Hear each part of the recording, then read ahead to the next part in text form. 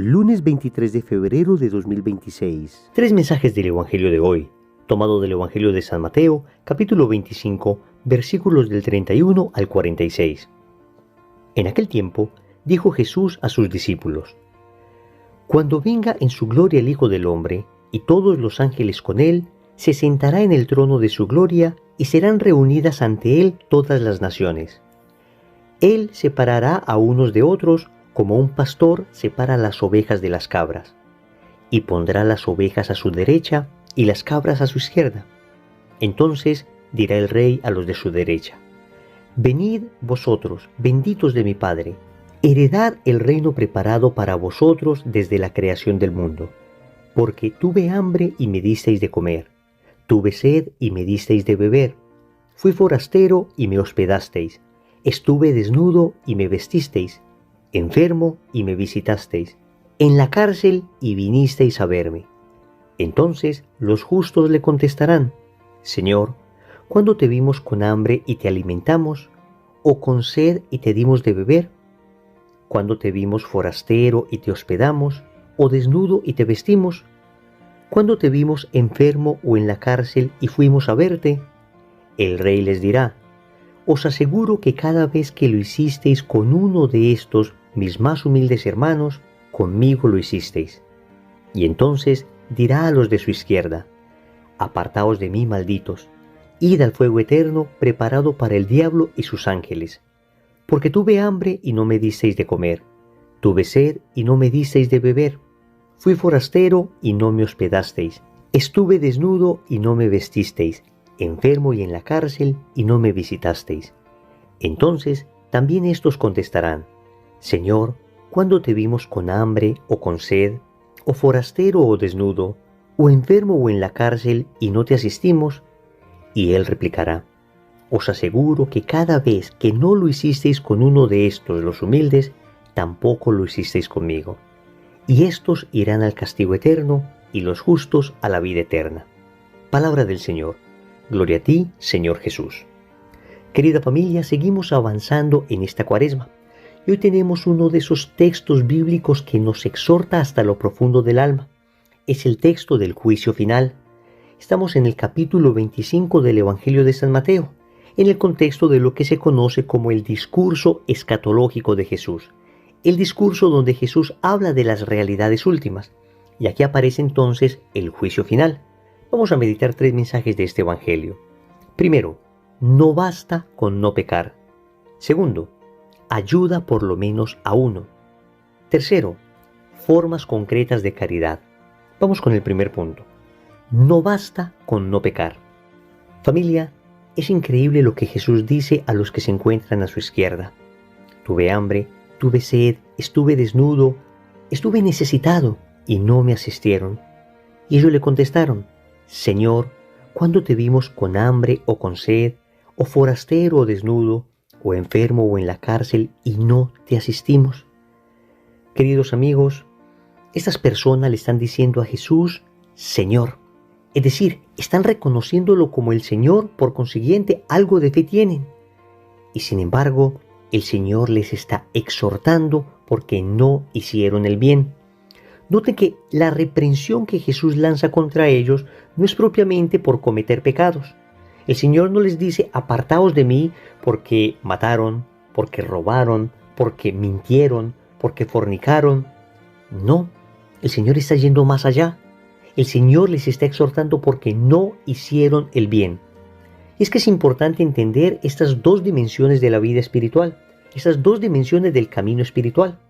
Hay un primer momento de la vida espiritual que algunos teólogos de la vida espiritual han llamado la ascética, que consiste en la renuncia al mal. Es necesario este primer paso y consiste fundamentalmente en cumplir los mandamientos. Consiste fundamentalmente en renunciar al pecado. Sin embargo, no basta quedarnos allí, porque después de la ascética, de la renuncia al pecado, viene un segundo momento espiritual que se conoce como la mística, es decir, el ejercicio de la caridad, unirnos a Cristo a través del amor, y muy concretamente a través del amor al prójimo. Entonces la vida espiritual no se puede reducir simplemente a no pecar, y muchos de nosotros tenemos esa tentación de pensar que estoy caminando bien espiritualmente porque no peco. Repito, es indispensable este primer paso. Buscar definitivamente huir del estado de pecado, estar habitualmente en gracia de Dios. Pero no es suficiente con eso. Además debo crecer en virtud, debo practicar las virtudes, debo asemejarme a Cristo, debo unirme al Señor y fundamentalmente hacerlo a través del ejercicio de la caridad. Entonces, no basta con no pecar, es absolutamente indispensable amar. Y en el Nuevo Testamento, el tema de la salvación aparece muy vinculado fundamentalmente a la fe y a la caridad. Recordemos cuando el evangelista San Juan dice en su Evangelio, capítulo 3, versículo 16, porque tanto amó Dios al mundo que entregó a su Hijo único para que todo el que crea en Él no perezca, sino que tenga vida eterna. Este es el corazón, el resumen de todo el Evangelio. Acá San Juan nos habla de la necesidad de la fe para salvarnos. El que cree en Jesús se salva. Pero no basta una fe sin obras. Dirá el apóstol Santiago que una fe sin obras es una fe muerta. Por eso a la fe hay que unirle la caridad. Y hoy en el Evangelio el Señor nos está mostrando que el juicio final ciertamente se hará en términos de fe, pero también en términos de caridad. Es necesario ejercitar la caridad. Y eso nos lleva a un segundo punto. Ayuda por lo menos a uno. Y esto es lo que Jesús respondió a aquellos que estaban a su derecha cuando ellos le preguntaron: ¿cuándo hicimos todo esto contigo que no nos dimos cuenta? Jesús les dice: os aseguro que cada vez que lo hicisteis con uno de estos, mis humildes hermanos, conmigo lo hicisteis. Yo sé que en muchas ocasiones nos sentimos abrumados, sobrepasados por la situación de enfermedad, de hambre, de pobreza, por la situación del dolor del mundo en general. Y a veces nos sentimos incapaces de ayudar a tanta gente. Pero lo que hoy el Señor está diciendo es que tal vez no te está llamando a ayudar a todo el mundo. Algunos pocos tendrán esa extraordinaria misión de levantar obras que ayudan a muchísimas personas. Pero la inmensa mayoría de nosotros, cristianos de a pie, tal vez podemos ayudar simplemente a uno. Y eso es lo que está diciendo el Señor. Cuando ayudasteis a uno de estos, los más humildes, a uno de estos, los más pequeños, dirá otra traducción, me ayudaste a mí. Lo que el Señor nos está diciendo hoy es: oye, no te angusties porque no los puedes ayudar a todos, pero por lo menos a uno sí puedes ayudar. Por lo menos a esa persona que te extiende la mano pidiendo un pedazo de pan.